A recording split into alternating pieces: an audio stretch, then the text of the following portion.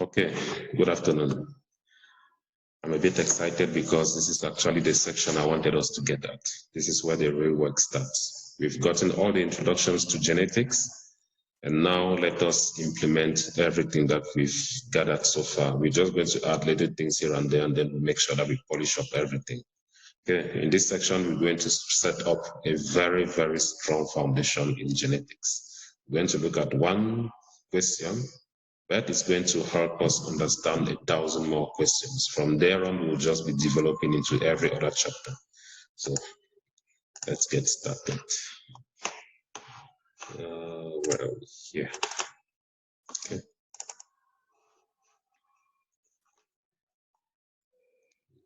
See.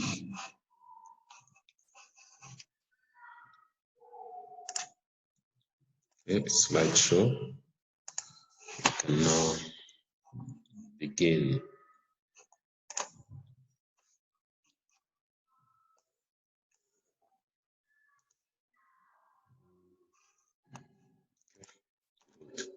Now, here is a question. In pea plants,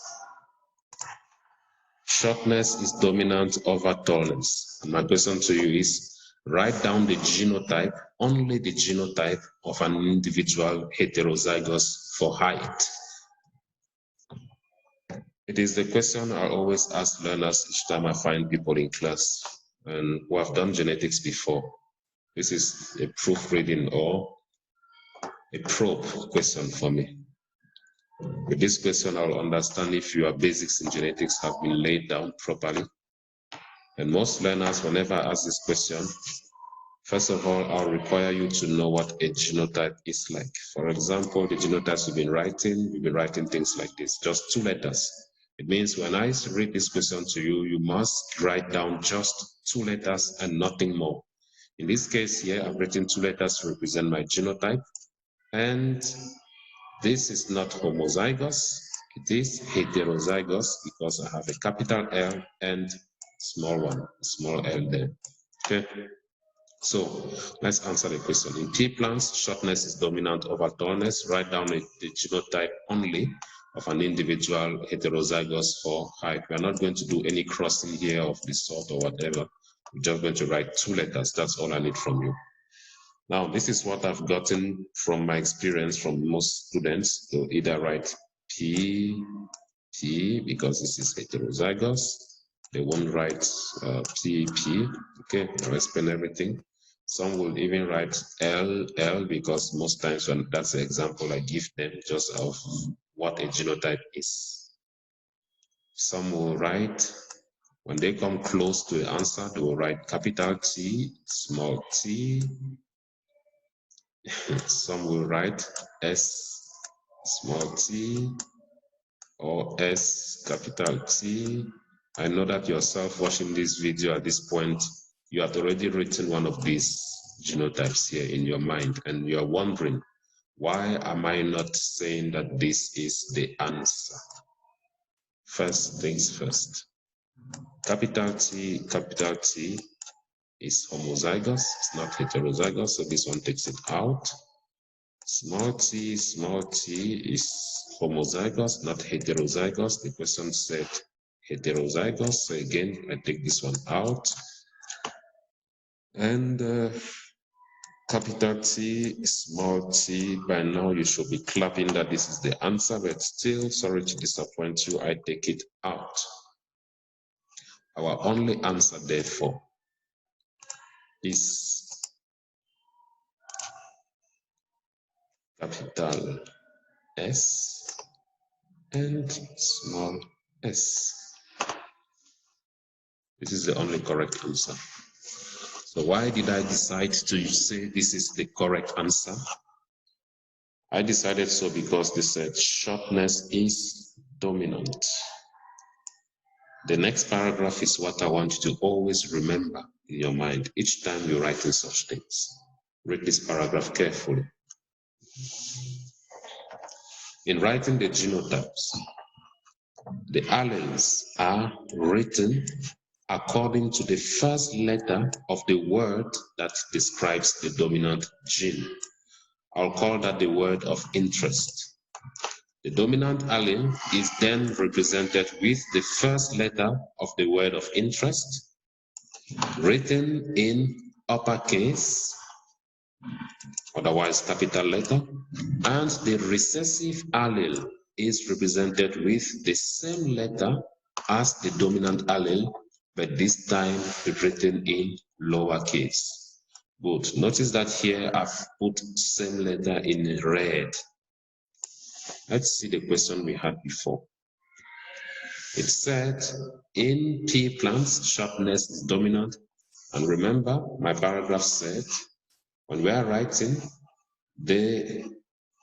we write all the alleles according to the first letter of the word that describes the dominant gene. Which word was that? The question said sharpness. Sharpness is an adjective, it's a descriptive word. It describes the dominant gene. Or it describes the dominant phenotype. The moment they say sharpness is dominant, shortness therefore becomes my word of interest. I'll only be interested in that word. And then what do I do with that word? I ask myself, how is shortness spelled? Shortness is spelled with S-H-O-R-T, and then you can continue. But I'm only therefore interested. I know now the word and how it is spelled. I'm interested only in the first letter of the word of interest. So my dominant allele will be represented with the first letter of the word of interest. And how do I represent that dominant one?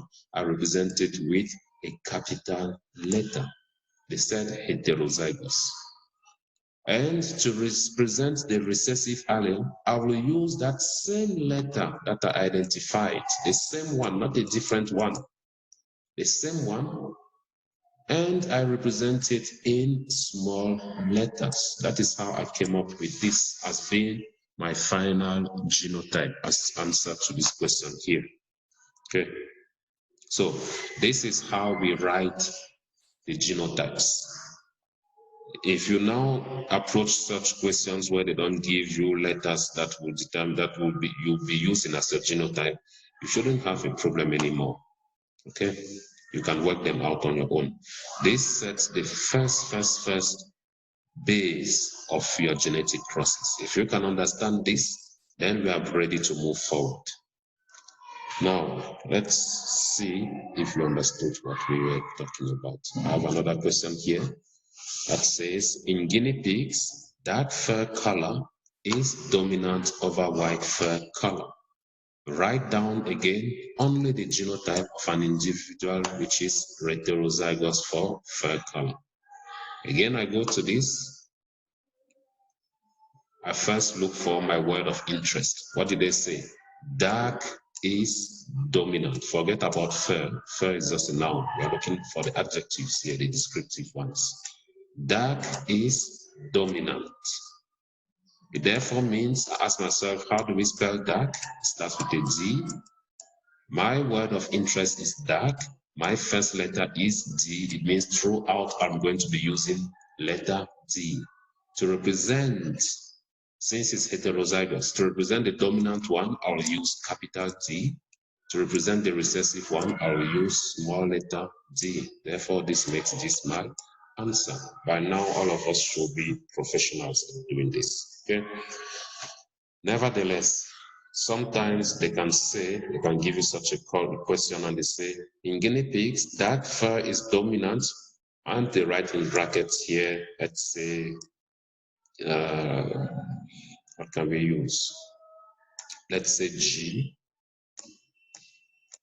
over white fur, and they write in brackets here for white, they write small letter G. If you have been given this like this as the option to use, please use it. Don't follow what we've been doing so far.